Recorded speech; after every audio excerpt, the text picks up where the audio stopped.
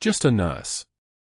That's what Dr. Sterling called her when she restocked the supply cart at 2:08 a.m., the hospital fluorescent lights buzzing their mechanical rhythm overhead. He didn't look at her face. Didn't ask her name. His attention was already 3 rooms ahead, already calculating which attending physicians would remember his name at next month's board meeting, the one his senator father was attending. Brooke Sullivan moved the 4 bags with surgical precision, each one positioned at exactly the same angle, each one catalogued in her mind before her hands touched it. The Oak Creek Memorial Emergency Department at this hour belonged to the people nobody chose to be here, the night shift nurses, the overnight residents still mastering their craft, the cleaning staff moving like ghosts through corridors that smelled of antiseptic and exhaustion. She had been here for 4 weeks. For weeks of 12-hour shifts, of taking the hours nobody else wanted, of being invisible in the way that kept her alive. The faded unit patch was still tucked inside her messenger bag's torn lining, her fingers finding it during quiet moments, a reflex older than the civilian clothes she wore now. Savannah in August was thick and humid, and the hospital's air conditioning fought a losing battle against the heat that pressed against the windows. She had chosen this city deliberately. Far enough from the coasts where JSOC had operations, small enough that nobody asked questions about gaps in employment history, close enough to water that she could breathe. Her left hand trembled once while she hung a fresh bag of normal saline. Just for a moment. Just enough that a resident named Dr. Patel noticed and didn't comment, which meant he was worth keeping notes on. The tremor came when she paused, when her mind caught between 2 states, the nurse adjusting 4 bags, and the senior chief who had once held an arterial clamp steady while a medevac helicopter fought monsoon winds in Helmand Province. She had learned not to pause. The ER attending, Dr. Rebecca Yates, passed her in the hallway carrying a tablet, the kind of tablet that meant incoming trauma. Yates had the bearing of someone who had survived medical school without losing her humanity, which put her in the minority. "We're getting a Special Forces major next week," Yates said, not really to Brooke but near her, which was how communication worked in this place. 7 combat wounds from an IED strike in Pakistan. Reconstructive surgery's going to be a nightmare. Sterling's handling the primary procedure. Brooke's jaw tightened. Not visibly. Not enough that anyone watching would see it. But her hand stilled for exactly 1.3 seconds before she resumed her work. Sterling arrived at dawn, which meant he had probably left some woman's apartment 30 minutes too late, the kind of man who believed that being a surgeon entitled him to time zones of his own. He trailed 2 residents like satellites pulled into his orbit by the gravity of his confidence. His white coat had been pressed the night before, still crisp in August, which meant he paid someone to do it. His watch was a Rolex, the kind that cost more than Brooke's monthly rent, and his phone lock screen displayed a photograph of a campaign rally with a banner reading Senator Sterling for Florida. He didn't see Brooke restocking the crash cart in the trauma bay. He saw a nurse in scrubs. He saw background staff. He saw the person who took shifts nobody wanted because she was exactly the kind of quiet, compliant woman who didn't threaten the hierarchy he had spent 28 years constructing. What Sterling didn't see was the way her hands knew where every piece of equipment belonged before her eyes found it. He didn't notice that she worked with the kind of efficient silence that comes from having placed a 14-gauge needle into a human chest while helicopters fought the air around her. He didn't observe that her left shoulder had a range of motion that didn't quite match her right, a memento from shrapnel that had been surgically removed but left its architectural changes in bone and nerve. He didn't know that her breathing, steady, measured, automatic, was the breathing of someone who had spent 3 days holding a perimeter in Sangin Valley with no backup and no radio contact that worked. Brooke completed the crash cart inventory and made a note on the electronic chart. Medications restocked, 0255 hours, equipment checked. The language of precision. The language of someone who understood that details kept people alive. The hospital filled with morning light. Somewhere on the 4th floor, a patient coded and survived. In pediatrics, a mother signed consent forms for her son's surgery. In the waiting room, people sat in chairs designed to be uncomfortable so they would leave faster. Brooke moved through it all in her scrubs, blue ones, the color that made her invisible, the color that meant she was part of the infrastructure nobody questioned. She had a daughter. 16-year-old Emma, who lived with Brooke's brother in Charleston and was old enough now to ask questions that required careful answers. That evening, after Brooke's shift, after she had showered the hospital smell off her skin and pulled on civilian clothes that still felt borrowed, Emma called. The phone rang exactly 3 times, which was Emma's way, a message that she was calling but didn't expect to be the priority. "How's the hospital job?" Emma's voice carried the kind of casual interest that masked deeper questions. She had been asking the same question for 4 weeks, each time listening harder to the answers. Brooke sat on her apartment balcony, watching Savannah's heat rise off the parking lot in waves that looked like water. "It's good. Busy. I'm learning the systems." "Learning the systems?" Emma laughed, but it wasn't mean. "Mom, you're a nurse. You're not an IT person. The hospital systems." Brooke corrected herself carefully. "Medications, procedures, how the emergency department is organized. Every place has a system." There was a pause. The kind of pause that meant Emma was deciding whether to ask the question she actually wanted to ask. In the background, Brooke's brother was talking about dinner. Normal sounds. The sounds of normal lives. "Are you okay there?" Emma asked finally. "You sound, I don't know, different. Like you're always listening." Brooke closed her eyes. The facility had given her a new social security number, new identification documents, strict instructions about what could never be revealed. Emma didn't know that her mother's real name had been classified for 3 years. She didn't know about Sangin, about the operation that had gone sideways, about the families of dead operators who had been told a cover story instead of the truth. Emma knew her mother had left the military, that she had a condition that made loud noises difficult, that she sometimes woke up at 0300 hours and couldn't fall back asleep. "I'm listening because it's a hospital," Brooke said. "You have to hear the monitors, the codes, the alerts. You have to pay attention." "Right. That makes sense." Emma's voice softened. "Well, I just wanted to check in. I'm starting school next week and I was thinking about visiting for Labor Day weekend." "That's perfect," Brooke said, and meant it. "I'll make sure I'm off. We can do something normal." After they hung up, Brooke sat in the darkness watching the city. Somewhere in Oak Creek Memorial, night shift nurses were starting their rounds. Somewhere in those corridors, Sterling was probably explaining to residents why his surgical technique was superior to theirs, why they should be grateful to watch him work. Somewhere in a supply closet, the crash cart was waiting for the next emergency. She had survived Afghanistan. She had survived a classified operation that had erased her from existence. She had survived the transition to civilian life, to becoming someone with a normal job, a normal apartment, a normal daughter who occasionally asked why her mother's hand sometimes trembled. She could survive a surgeon who didn't know her name. The unit patch was still in her bag. Still hidden. Still waiting in the dark lining of her messenger bag, the way it had been waiting for 3 years, the way it would wait for however long it took to be safe again. The patch was smaller than a credit card, just faded green and black lettering, barely visible in good light. A symbol of something that officially had never happened. Brooke checked her work phone. The shift schedule was updated. She was assigned to the ER for the next 7 days, overlapping with Sterling 4 times. On Thursday, a Special Forces major would arrive for reconstructive surgery. She would be there in the background, restocking supplies, being invisible, being exactly the kind of woman who didn't threaten anyone. But that wasn't the whole truth. The woman who had held a perimeter in Sangin for 72 hours with 3 operators covering her 6, who had called in CAS strikes with her last functioning radio, who had carried a wounded major to a landing zone through fire that came from 3 directions, that woman was still here. Still breathing. Still waiting in the surgical precision of her hands, the careful silence of her composure, the measured way she moved through this hospital like she was mapping territory. Sterling would eventually notice that she worked faster than his other nurses, that her attention to detail made his outcomes look less perfect by comparison, that something about her presence made the room's air pressure change in ways he couldn't explain. But that would take time.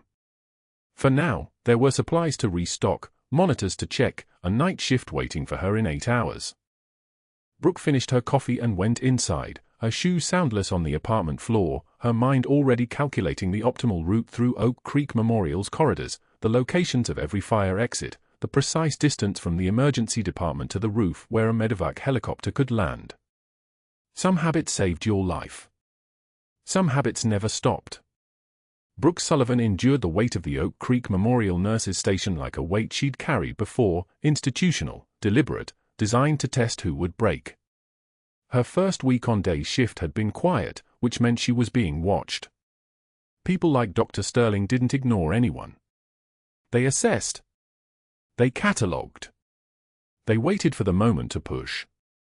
It came on a Wednesday morning, 8:22 a.m., when Sterling slammed her patient chart across the counter hard enough that papers scattered like startled birds. The sound echoed, that specific crack of authority meeting surface, and every eye in the station swiveled toward them. 3 residents. 2 patients' families waiting at the desk. A medical student pretending to review discharge paperwork. "Pick that up, sweetheart," Sterling said, loud enough for the entire floor to hear. The word sweetheart landed like a slap, dripping with contempt. His voice had the texture of someone accustomed to obedience, calibrated to humiliate. "I'd hate for you to miss any of my notes." Brooke didn't hesitate. She didn't stiffen. She kneeled without a word, her posture neither defensive nor submissive, just practical. Muscle memory from places she didn't talk about kept her spine straight as she gathered each sheet. Her hands were steady. Clinical. The kind of hands that had held sutures in combat hospitals, that had applied pressure to exit wounds, that had written casualty reports. She filed the papers back in order, each one precisely placed, and rose without using the desk for support. When she met Sterling's eyes, something shifted in the air. The room seemed to narrow. Brooke's voice was quiet, almost conversational, but it carried the weight of a woman who had nothing to prove and everything to lose. "Your post-op infection rate is 4 times mine, doctor." The statement hung there. Not accusatory. Not emotional. Factual. Quantifiable. Devastating. Sterling's jaw tightened visibly, a muscle working beneath his skin like something trying to escape. He opened his mouth. Closed it. Then turned and walked away, his white coat snapping behind him like a whip. The medical student found something very interesting on her clipboard. One of the residents suddenly needed coffee. Brooke returned to her rounds. She didn't watch him leave. That was the point. 2 days later, the cafeteria became his stage. Sterling sat at the center table, the one that mattered, surrounded by 4 other physicians, the kind of hierarchy that Oak Creek Memorial had been built to serve. Brooke carried her lunch tray past, turkey sandwich on wheat, a salad in a plastic container, an iced tea with too much ice. She kept her eyes forward, but she could feel his attention like a laser sight. "I give Florence Nightingale here 1 week before she quits," Sterling announced to his audience, but the words were projected outward, meant to be heard. He gestured toward her with a smile that had no warmth. "Anyone want to take that bet?" "I'm thinking Monday. Maybe Tuesday." The physicians around him laughed, the comfortable laughter of people who believed they were in on a joke about someone beneath them. Brooke kept walking. Just a few more steps to her usual table, to the corner where she sat alone and ate while reading shift notes on her phone. Before she made it, Sterling stood abruptly. His elbow swept outward in what might have looked accidental to someone who didn't know how to read deliberate movement. Brooke's tray became airborne. Turkey sandwich. Salad. The iced tea exploded across the linoleum in a chaos of plastic and liquid and scattered lettuce leaves. The cafeteria went dead silent. The kind of silence that happens when a room holds its breath. A single tear escaped Brooke's eye. Just one. It traced a line down her cheek like a reminder that she was human, that this was supposed to hurt. She didn't gasp. Didn't catch her breath. She raised her thumb and wiped it away without breaking eye contact with Sterling, her gaze steady and cold and absolutely unforgiving. Then she kneeled and picked up every piece, the plastic fork, the spoon, each fragment of salad, the napkin soaked through with tea, the plastic container lid, the straw, all of it. She moved slowly, deliberately, with the same precision she brought to everything. With the same precision she'd once used to save lives. When she stood, her tray was full of garbage and her hands were wet. She walked to the trash bin, dumped it all, then returned to her shift without eating. Sterling watched her the entire way, his smile gone, replaced by something that looked like confusion. People didn't respond like that. They got angry. They cried harder. They quit. They didn't pick up the pieces and walk back to work as if nothing had happened. That afternoon, during morning rounds on the 4th floor, Sterling made his play. He presented a sepsis case to a cluster of medical students, a 38-year-old woman with a pneumonia that had progressed to systemic infection. Sterling had chosen a narrow-spectrum antibiotic regimen.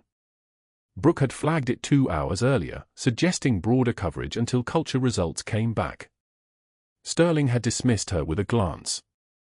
"Our nurse here," he said, not using her name, addressing the students as if she were a teaching point rather than a person, thought the patient needed broader antibiotics.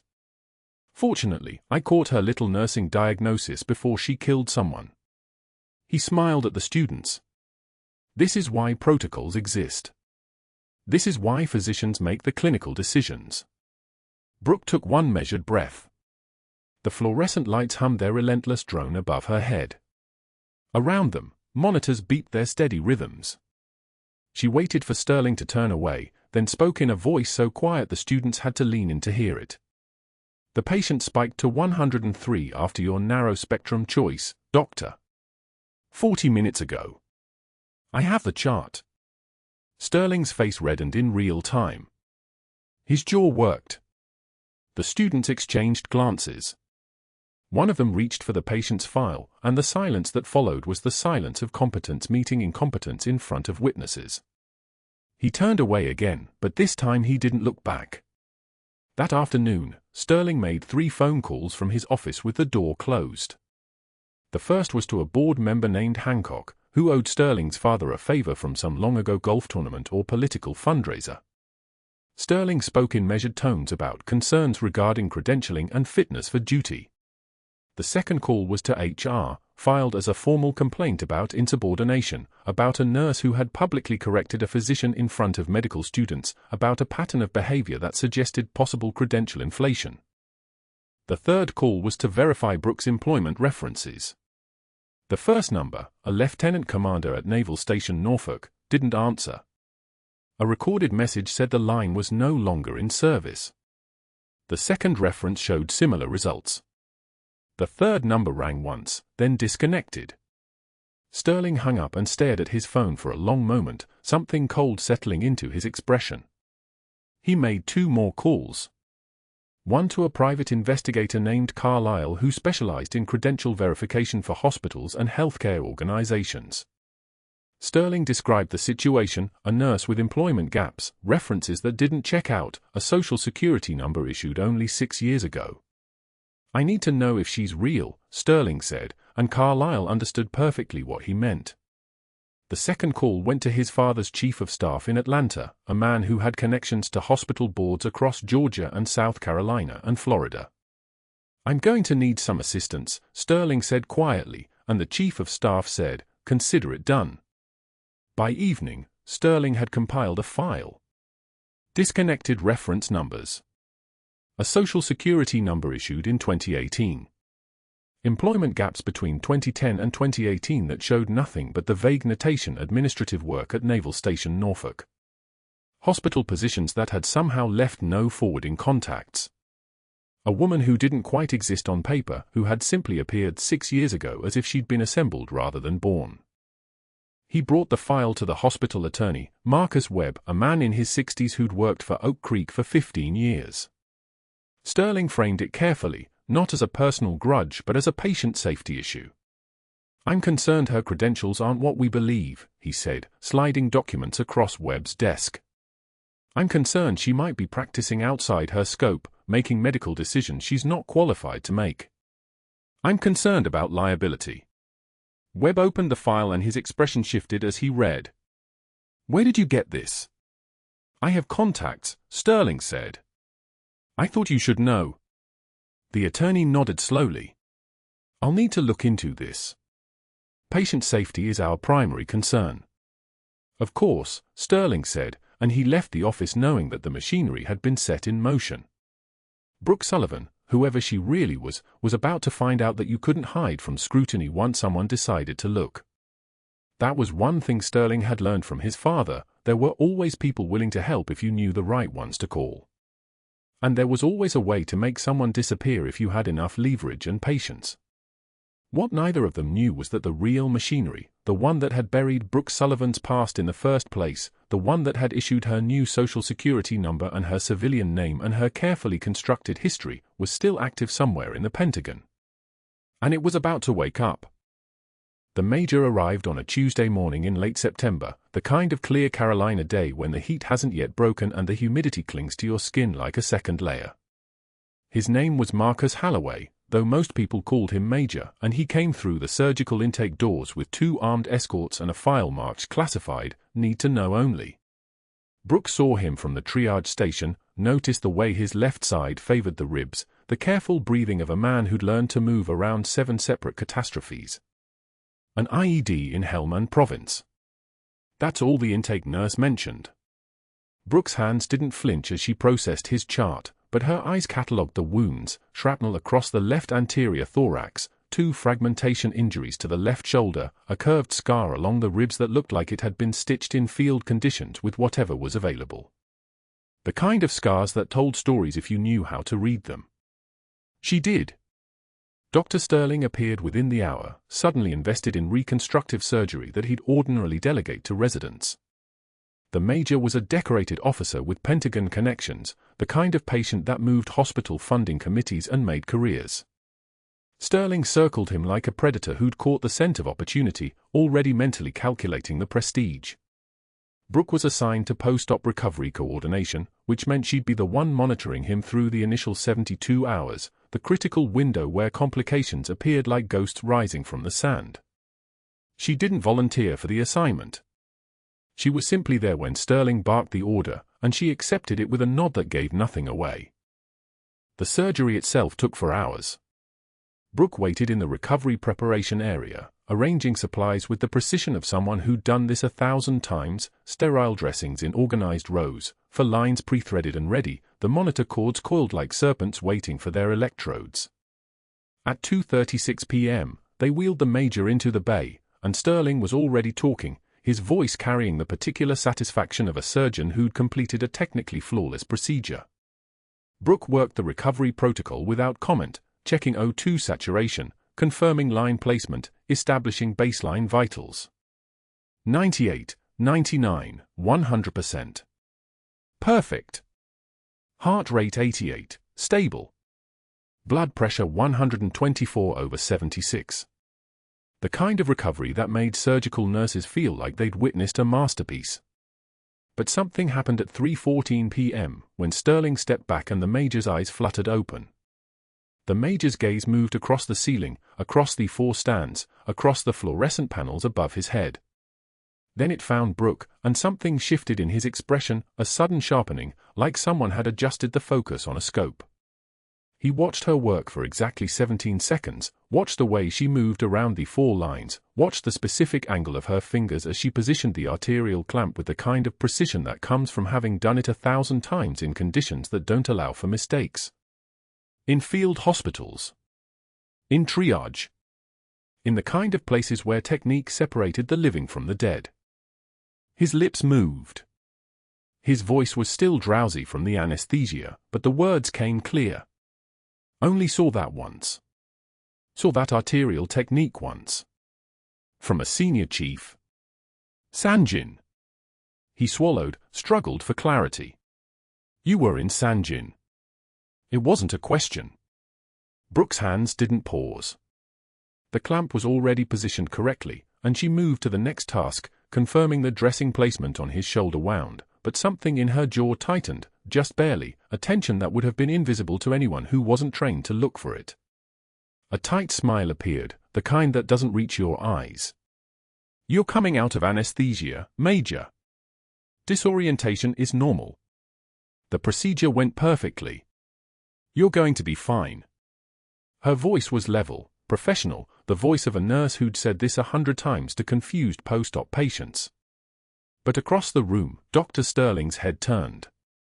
His eyes narrowed, the kind of squint that meant he was processing something, filing it away, adding it to whatever he already suspected.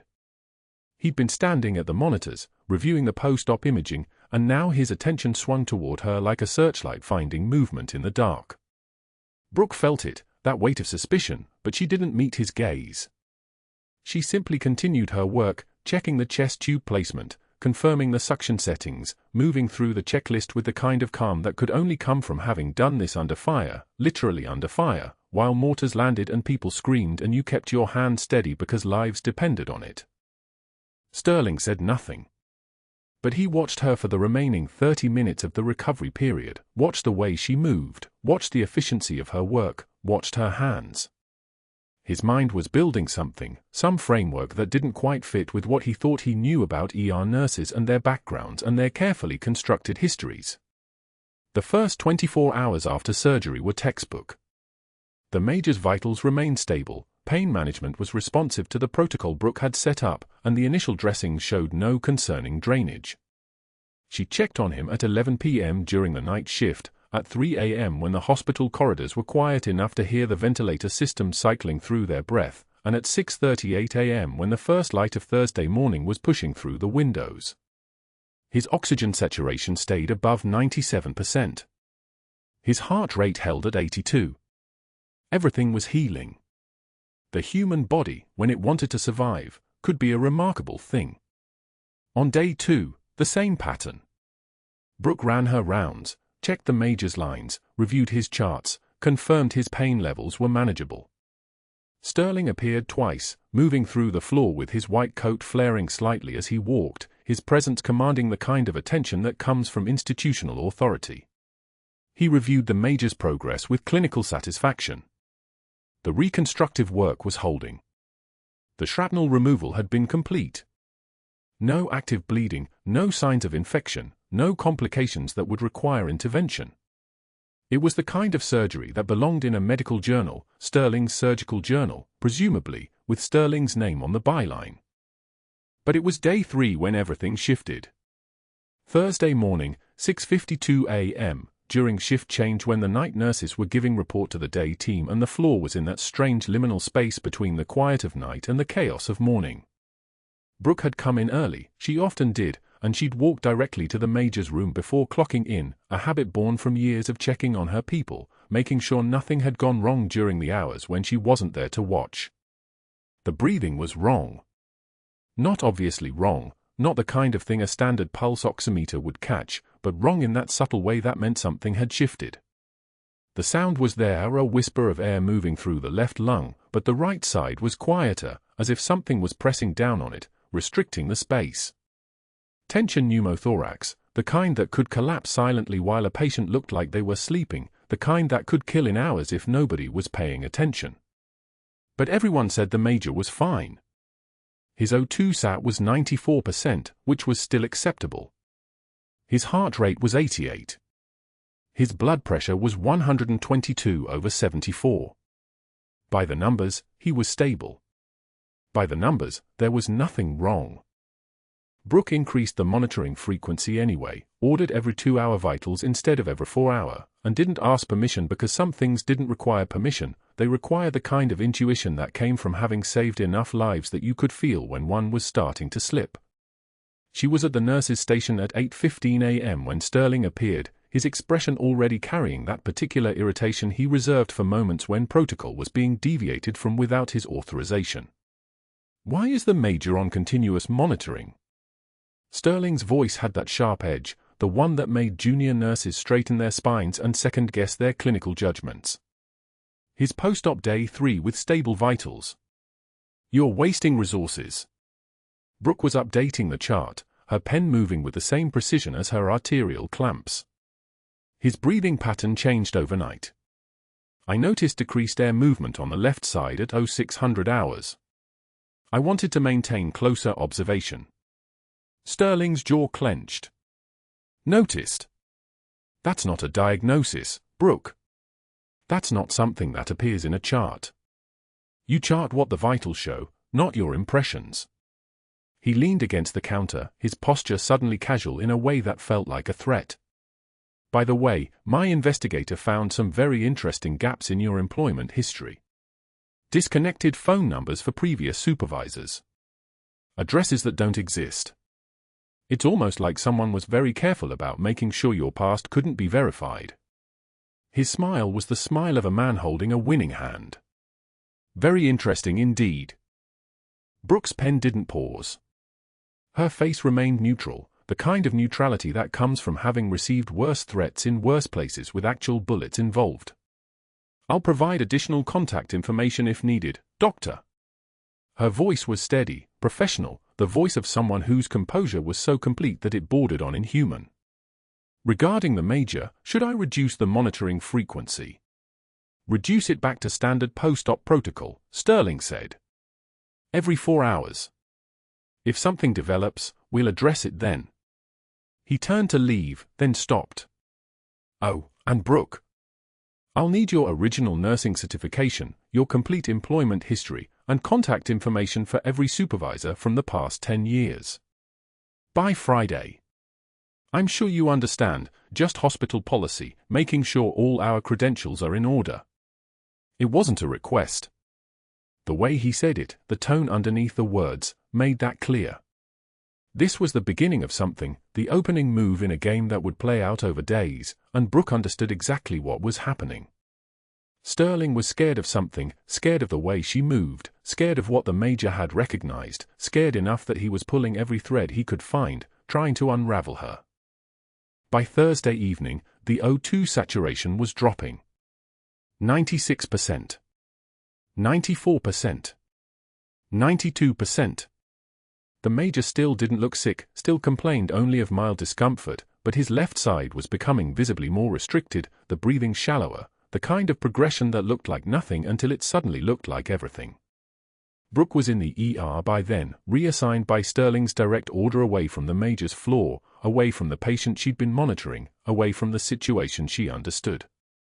She'd surrendered her access card without comment at 5:22 p.m., handed over the credentials that had allowed her to move through the hospital's corridors, and walked out into the savannah evening where the humidity was like a hand pressing down on your chest, making every breath feel like effort.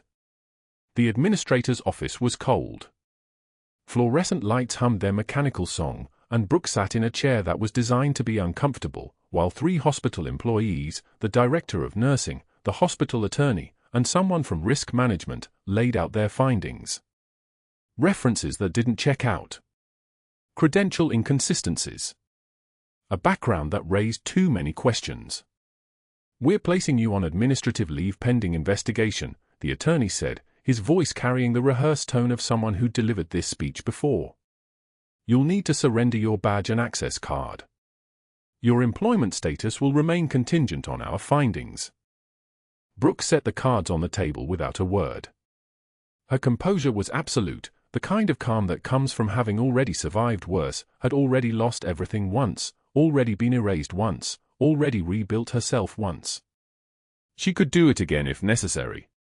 What neither of them knew was that 3 floors above, the major's oxygen saturation was dropping toward 88%, and his left lung was collapsing into itself like a fist closing, and no one was checking on him because the only person who'd been watching closely enough to notice had just been removed from the floor.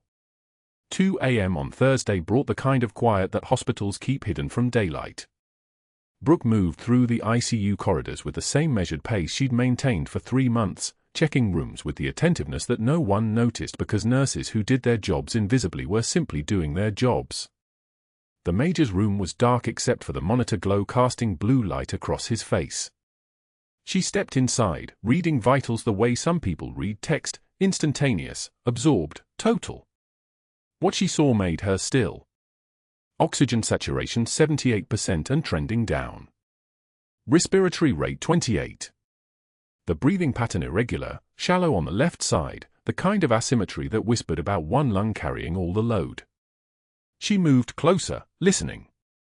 The air hunger in his breath, the slight tug inward as the diaphragm worked against resistance. 7 wounds meant 7 points of failure. She had seen trauma unfold enough times to know that injuries rarely cooperated, they cascaded, they compounded, they turned a controlled recovery into a collapsing house of cards. Brooke checked his chest. The left side wasn't rising with the same amplitude as the right. Hyperresonant. She knew what that meant before the clinical thought finished forming. Air where air shouldn't be, pressure building, the lung folding inward like a fist closing. Tension pneumothorax. The kind of emergency that killed people in the second it took to make the wrong decision. She reached for the call button, then stopped. Sterling was somewhere in this hospital, sleeping or scheming or both. By the time he arrived, by the time pages were made and orders were written and protocols were followed, the major would be in arrest. She had 40 seconds before the cascade became irreversible. She had already calculated it in the part of her brain that never slept. The crash cart was 3 steps away. She moved like muscle memory made human, not rushed, not panicked, just absolutely certain in the way that comes from having already done something similar when the alternative was watching someone die. 14-gauge needle. The kind of delicate violence that saved lives. She tore open the sterile wrapper with her teeth, found the major's ribs with 2 fingers of her left hand, counted down from the clavicle. Second intercostal space. Midclavicular line. The needle went in at a 45-degree angle, pushed through skin and muscle and the intercostal membrane until the bevel cleared the pleural space. The hiss of air escaping sounded like a sigh. His oxygen saturation jumped. 78 to 84 to 90. His breathing opened up, the desperation leaving his face. His eyes fluttered but didn't open. His body understood that the pressure had released, that the crushing had stopped, that oxygen could move through lungs again. 40 seconds. The monitor steadied. Sinus rhythm holding. Pressures normalizing. Dr. Sterling's voice came from the doorway like a weapon.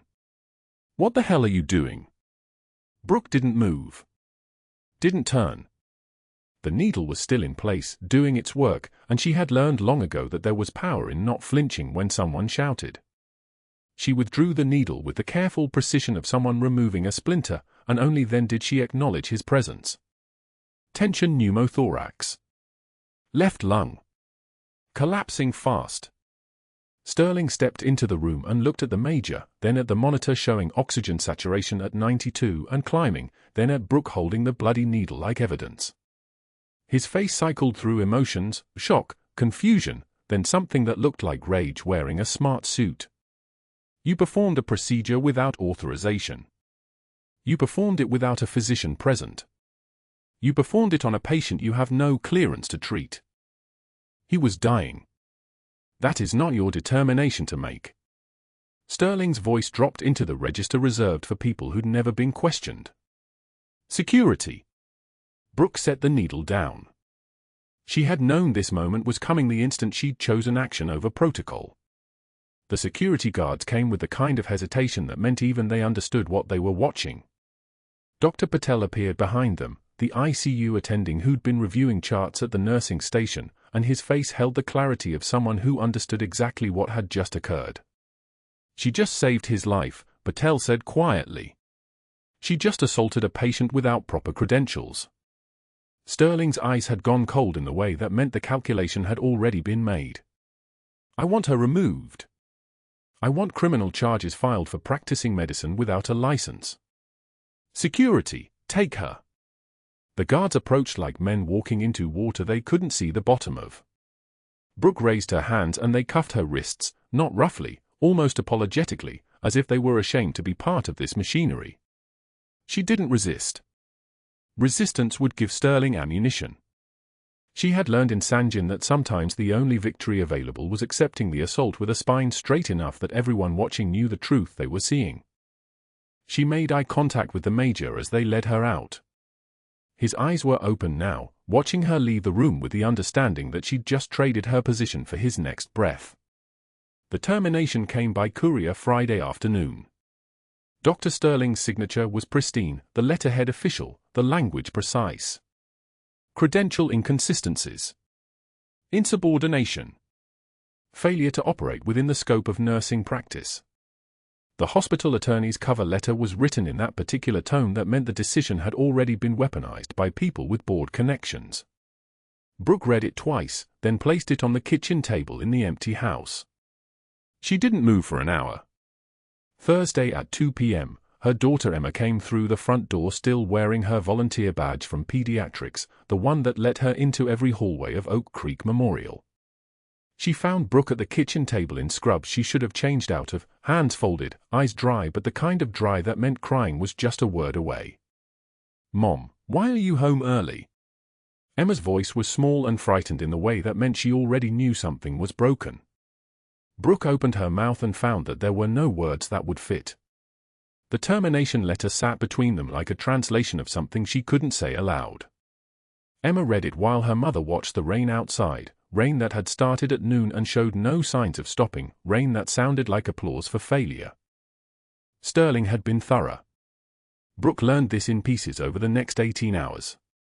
He'd called the disconnected numbers, played a sophisticated game with the investigator, made calls to board members who owed him favors. His father was a senator, and favors were currency in that world. The gaps in her employment history weren't gaps at all. They were erasure.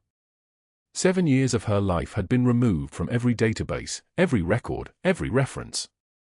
The military had done that work with surgical precision when they handed her a new social security number and a warning: if you ever surface under your real rank, the families of dead operators will pay the price. The promise was as clear as a threat. She understood now what Sterling had found: nothing but absence. A nursing license that had no backstory, a resume that began 3 years ago, references that led to closed numbers and forwarded addresses. To anyone looking, she appeared to be either a liar or a ghost. Sterling had chosen to make her both. At 2 a.m. Saturday, her phone rang. The ICU night charge calling, voice tight and panicked. The major just coded. "All his wounds are opening up somehow. His pressure's dropping. Sterling's here, but he's just frozen. Nobody knows what to do. If you know anything at all." Brooke was in her car before the sentence finished. 15 miles over the speed limit on Abercorn, her hand steady on the wheel in a way that betrayed no fear, even though the fear was building like pressure in an enclosed space.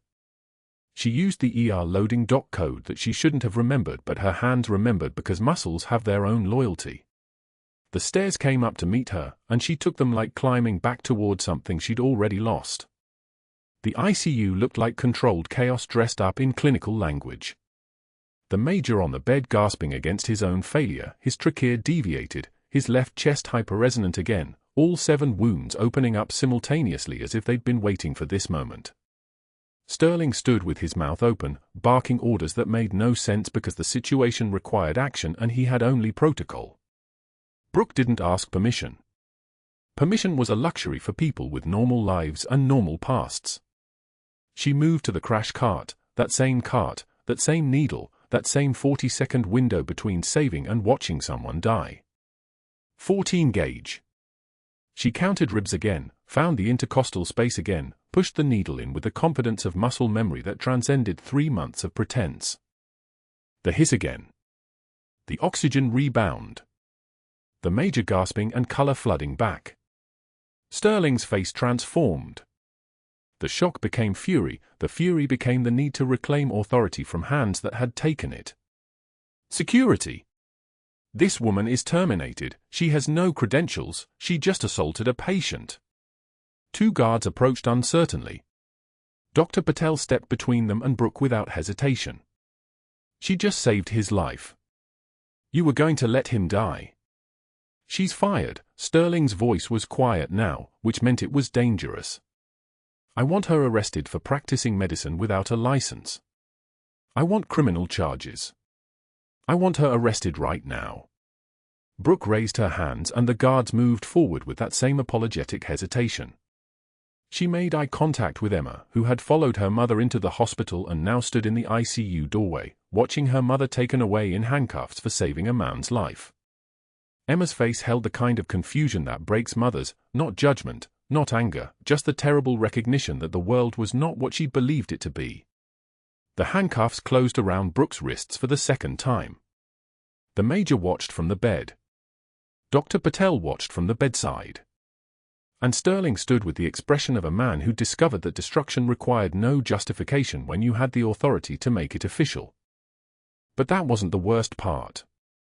3 days after the termination letter, a 40-year-old Taliban commander arrived at Oak Creek Memorial's emergency department with a construction rebar injury, twisted metal through his shoulder, infection already creeping into the margins of the wound.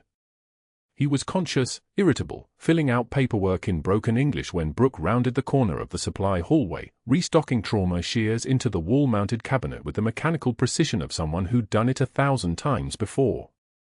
The commander took one look at her face and began screaming in Pashto, his voice cracking like he'd seen a ghost. The ghost! The woman who held Sangin for 3 days. His chair scraped backward. 2 security officers moved toward him. Brooke didn't stop restocking. Didn't flinch.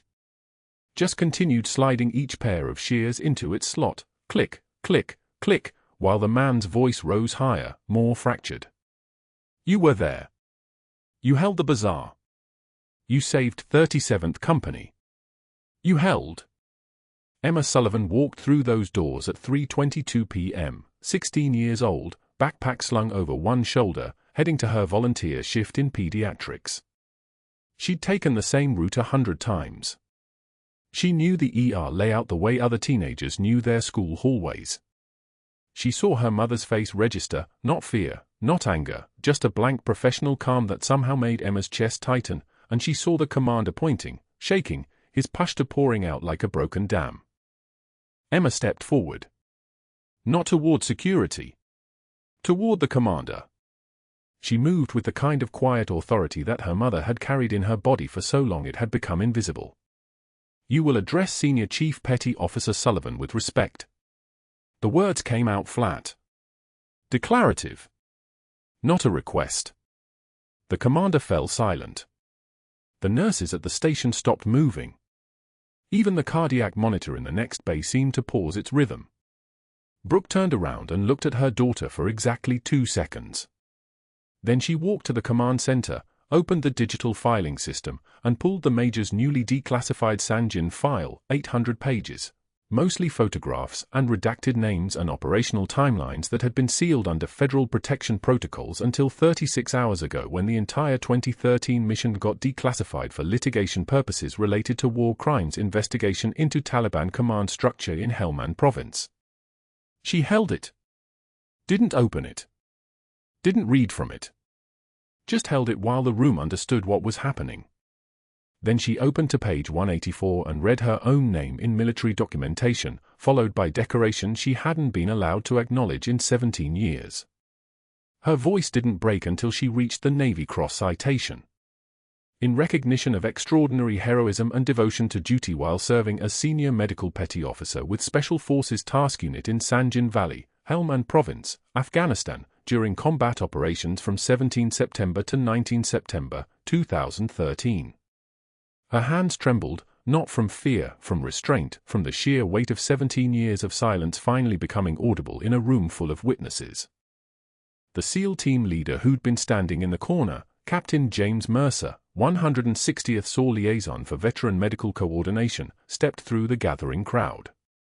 He was 62, built like a piece of military equipment that had been through 3 wars and would walk through a 4th if ordered, and he placed his hand on Brooke's shoulder with the kind of gentleness that only came from decades of handling broken things. Silver Star.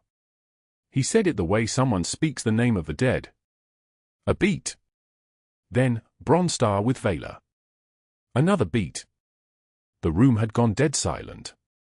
No monitors, no ventilators, no background noise, just the fluorescent lights overhead humming their fluorescent song. And Purple Heart. With 3 clusters. His voice dropped lower. She earned it all. Every single decoration. In 3 days. The FBI liaison, an assistant special agent named Patricia Chen, who'd arrived that morning with declassification paperwork, stepped forward and announced the entire Sangin mission file had been cleared for official review at 6:13 a.m. that day. No longer classified. No longer protected.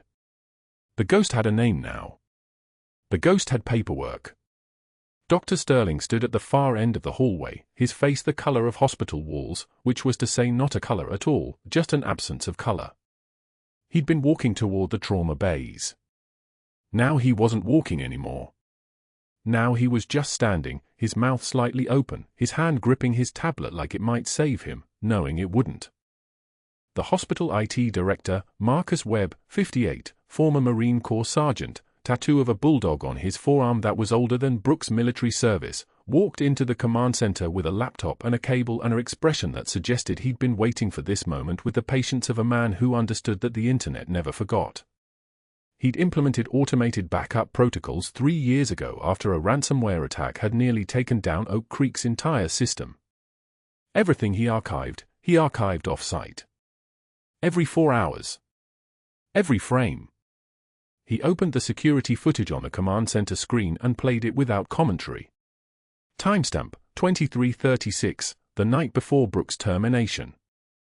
Dr. Sterling entering the server room using an administrator code that belonged to a board member. 11 minutes of him accessing patient files, specifically the Major's chart, specifically Brooke's nursing notes about the concerning pattern of post-operative respiratory decline she'd flagged, the ones that proved she'd caught the problem before he had. Sterling deleting those notes. Altering timestamps. Erasing ICU footage showing his absolute freezing panic when the Major coded, showing the moment he understood he'd missed every warning sign because he'd been too busy looking at Brooke like she was beneath him to actually listen to her professional assessment. Marcus Webb's voice came from his chest, flat and measured like parade ground instruction. I archive everything. Offsite. Every 4 hours. Policy I implemented after the ransomware attack. He didn't know. Every frame is preserved. The hospital attorney, whose name was David Rothstein and who'd been sitting in the back of this gathering with his coffee growing cold, went white. The kind of white that comes just before a man realizes his client is about to become someone else's criminal defendant. Sterling's phone rang. His father. Already hearing rumors through political networks that moved faster than formal investigation. He stepped into the hallway to take it and his voice climbed an octave. I didn't know. I thought she was just. Captain Mercer closed the command center door, cutting off the rest, and the sound was like a period at the end of a sentence nobody needed to keep reading. The SEAL stepped closer to where Sterling's absence had become palpable. You tried to bury a senior chief. You let a patient code rather than listen to her assessment. Then you destroyed evidence. Dr. Patel, the hospital's chief of surgery, a woman built of competence and pragmatism, looked at Rothstein. Criminal charges. The attorney nodded slowly, moving like each movement had to acknowledge gravity. Falsifying medical records. Evidence tampering. Unlawful destruction of evidence related to patient care. I'll notify the state medical board and the DA's office today. Over the next 2 hours, the structure collapsed. Sterling's private investigator, a freelance former cop named Hendricks, had flagged Brooke's protected identity to 3 separate parties, including a lawyer in Birmingham and a background check company in Tennessee, which triggered federal witness protection violation protocols. The board member who'd given Sterling access to the server credentials resigned before anyone could formally terminate him. Sterling's medical malpractice insurance carrier opened an investigation into his post-operative infection rates, which Brooke's single calm observation at the nurse's station had highlighted, and discovered he'd been signing off on complex procedures performed primarily by residents while he spent his afternoons consulting privately for his father's campaign donors at rates that guaranteed his silence about their health conditions. By 4:56 p.m., Sterling's hospital privileges were suspended pending criminal investigation. By 5:15 p.m., his medical license was under formal review by the state medical board. By 6:16 p.m., his father's office released a statement about independent adult children and no comment on ongoing investigations, which meant the senator had already hired the best criminal defense attorney in Atlanta and was already calculating how to distance himself from his son's exposure. The Major, still in his wheelchair, all 7 wounds healing with the stubborn determination of a man who'd survived Sangin and wasn't about to lose his life to post-operative complications, asked to speak to Brooke privately. They sat in an empty patient room, the one on the south end where the afternoon light came through the windows at angles that made the dust particles visible, tiny floating markers of time. The Major opened his jacket. Inside the lining, sewn with precision thread and the kind of care that suggested someone had done it with intention and prayer both, was a faded Special Forces unit patch. Desert tan with black lettering. The exact design Brooke had worn on her uniform in Sangin. "I kept this," the Major said, his voice the texture of gravel under a boot. "From Sangin. My team leader, the one you saved with that arterial clamp on day 2, he gave it to me before he died 2 years ago. Told me if I ever found the ghost medic, I should return it. Said it was hers." He placed it in her hands with the ceremony of passing something that had been held in trust across 2 decades. Brooke took the patch. Her hand shook, not from fear, from the sheer weight of recognition finally becoming physical, finally being allowed to exist in the light instead of shadow. She held it the way someone holds something that should have been buried. 6 months later, Brooke Sullivan stood in her new office as Director of Trauma Services at Oak Creek Memorial, her name embossed on the door in letters that caught the hallway light. The walls were mostly bare except for one shadow box mounted at eye level, positioned so that the afternoon sun hit it at an angle that made the faded unit patch glow like an artifact from another life, which it was. Blue velvet backing. Brass plaque underneath reading Sangin 2013. Beneath that, "Heroes walk among us. Sometimes in scrubs, saving lives in the dark." Emma stopped by after school, backpack slung over one shoulder, pre-med volunteer shift completed, anatomy homework spread across her mother's desk. They reviewed blood vessel pathways together while through the office window, they could both see the parking lot where Dr. Sterling sat at a folding table outside a strip mall insurance office, his medical license framed on the wall behind him like a photograph of someone else's career, his 5 years of residency and 3 of practice now reduced to selling supplemental policies to people who wanted nothing to do with him. Captain Mercer visited quarterly. The Major visited monthly, though they both understood he was checking on Brooke more than seeking medical follow-up for wounds that had healed. The Taliban commander had been quietly transferred to federal custody for immigration violations and intelligence debriefing. Marcus Webb ran digital security training for all new staff, telling every batch of arriving nurses and residents about the medic whose identity had been classified beyond top secret and the doctor who thought hierarchy mattered more than competence. Brooke's trauma team began to function with the kind of seamless precision that came from working under someone who understood that medicine existed in the space between competence and grace. Her infection rates dropped by 38%. Her patient outcomes improved. The nurses straightened when she entered a room, not from fear, from respect. That was the difference. That was everything. The closing image, Emma placing a framed photograph on her mother's desk. Brooke in dress blues, 23 years old, taken in 2012 before Sangin, before the erasure, before the long 17-year walk through invisibility. She was smiling in the photograph, genuinely, the way only someone who doesn't yet understand what they're about to survive can smile. The plaque beneath the frame read, "Heroes walk among us. Sometimes in scrubs, saving lives in the dark." Brooke picked up the frame and held it for exactly 2 seconds. Then she set it on her desk between her coffee cup and her patient files, and returned to the work that had finally been allowed to carry her name. If this story resonated with you, if you've ever been underestimated by someone who didn't know what you were capable of, please subscribe to this channel and hit the notification bell. Comment below, have you ever seen someone reveal hidden strength when no one expected it? What happened? Your stories remind us that heroism walks among us every single day, and the quietest people in the room often hold the most extraordinary power. Thank you for watching.